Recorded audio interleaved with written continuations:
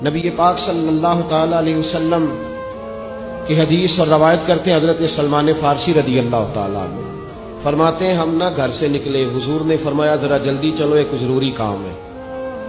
فرماتے ہیں بڑی تیزی کے ساتھ آج روٹین سے ہٹ کر محبوب نے تیز تیز قدم مبارک اٹھائے، تیز تیز، اور فرماتے ہیں ایک گلی ہم نے کراس کی، دوسری گلی میں جو پہنچے تو پھٹے پرانے کپڑے، سادی سی بیوی، اور حالت بتاتی تھی کہ بیچاری کسی غریب گھر کی ہے۔ وہ سڑک پہ کھڑی تھی اور رو رہی تھی۔ میرے کریم رسول نے فرمایا بلال اسے پوچھو کیا مسئلہ ہے، کیوں روتی ہے؟ تو حضرت سلمان عرض کرتے ہیں میں نے کہا حضور میں پوچھ لیتا ہوں، آپ جائیے، کام بڑا ضروری ہے جو نکلے، میں معلومات کرتا ہوں۔ تو محبوب نے فرمایا نہیں، اس کے آنسو پوچھنے سے ضروری کوئی کام بھی نہیں، پہلے اس کی داد رسی ہوگی، اسے پہلے پوچھا جائے گا۔ روتے نہیں رہتے لوگ گھروں میں، لوگ گزر نہیں جاتے چپ کر کے؟ کتنے لوگ تڑپتے، کون احساس کرتا ہے؟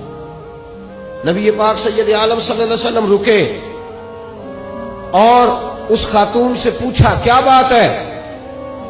اس نے کہا کہ بات کوئی بھی نہیں، میرا ایک ہی موٹا سا مسئلہ ہے۔ کہا وہ کیا؟ کہنے لگی میں غریب ہوں۔ میرے رسول پاک سید عالم صلی اللہ تعالی علیہ وآلہ وسلم نے فرمایا پہلے اسے پوچھو کیا مسئلہ ہے۔ وہ کہنے لگی میں غریب ہوں، بوڑھی ہو گئی ہوں، ساری زندگی غلامی میں گزاری ہے، تیل لینے آئی تھی 5 دینار کا، بوتل میں تیل بھروایا ہے، اور اب بوڑھی ہوں نا تو کمر درد کرتی ہے، پیر پیچھے موڑا ہے تو میں گری ہوں، تیل زمین پی گئی ہے، اب زمین تو واپس نہیں کرتی، لیکن واپس جاؤں گی تو ایک یہودی عورت کی ملازمہ ہوں، وہ درے سے مارے گی، کھال ادھیڑ دے گی، میں بڑی پریشان ہوں، اب نہیں مار کھائی جاتی، ہڈیاں بوڑھی ہیں، قربان جاؤں۔ حضرت بلال کو حضور نے حکم دیا، فرمایا دوڑ کے گھر جا 5 دینار لا۔ فرماتے ہیں 5 دینار لائے، تیل خرید کے دیا، وہ پھر رونے لگی۔ فرمایا آپ کیوں روتی ہے؟ اس نے کہا بتایا نا غریب ہوں، غریب کا جرم کوئی نہیں ہوتا، لیکن پیس دیا جاتا ہے، پھر بھی مار تو اب بھی پڑے گی، اب کیوں پڑے گی؟ اور اس کہنے لگی محبوبہ مار اس لیے پڑے گی کہ دیر سے کیوں آئی ہے۔ تو میرے کریم رسول اور وہ بی بی حضور ابھی آئے ہیں مدینہ طیبہ، حضرت سیدنا بلال حبشی رضی اللہ تعالیٰ عنہ فرماتے ہیں میرے نبی پاک نے فرمایا بی بی چل میں تیرے ساتھ چلتا ہوں، گویا اللہ کی ساری رحمتیں اس کے ساتھ ساتھ چلنے لگی، اور آگے آگے نہیں، ساری کتابیں پڑھ لو، وہ پھٹے پرانے کپڑوں والی بی بی آگے آگے اور اللہ کے کریم رسول پیچھے پیچھے، ساری گلیاں اس نے پھرائی، مدینے کی صحرا آ گیا، ایک دروازے پہ دستک دی، سے مالکن آئی، وہ بی بی بعد میں کہتی ہے میں بھی بڑی ڈاڈی تھی، طاقت ہی نہیں تھی میرے سامنے تو کھڑا ہو سکے، لیکن جب میں باہر نکلی تو میں نے نور کے حالے میں لپٹی ہوئی ایک عظیم ہستی کو دیکھا۔ فرماتے ہیں محبوب کے گورے چٹے رنگ کے اوپر کالی زلفیں، اور محبوب پاک کی مقدس آنکھیں جب تک بات کرتے رہے نظریں زمین پہ جھکی رہی۔